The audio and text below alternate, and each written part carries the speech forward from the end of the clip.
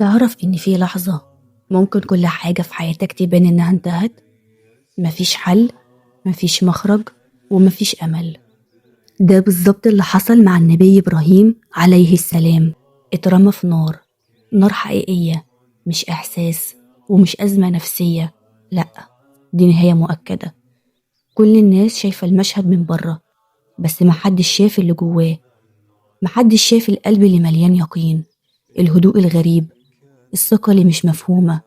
النبي إبراهيم ما كانش شايف النار زيهم، لكن كان شايف ربنا، وعشان كده هو منهارش وما صرخش، لأنه ببساطة كان عارف إن اللي بيدبر أقوى من أي سبب. وفجأة في لحظة واحدة النار اللي كانت هتحرقه بقت أمان، من غير مقدمات ومن غير أي حسابات. ربنا قال: كوني بردا وسلاما.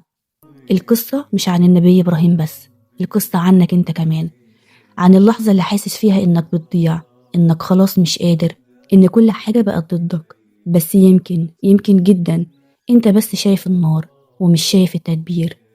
اهدى، مش كل نهاية بتشوفها تبقى نهاية حقيقية. في حاجات ربنا بيغيرها في ثانية، ثانية واحدة بس، تقلب كل اللي فات. فما تفقدش الأمل، يمكن بكرة هو اللحظة اللي النار فيها تبقى أمان.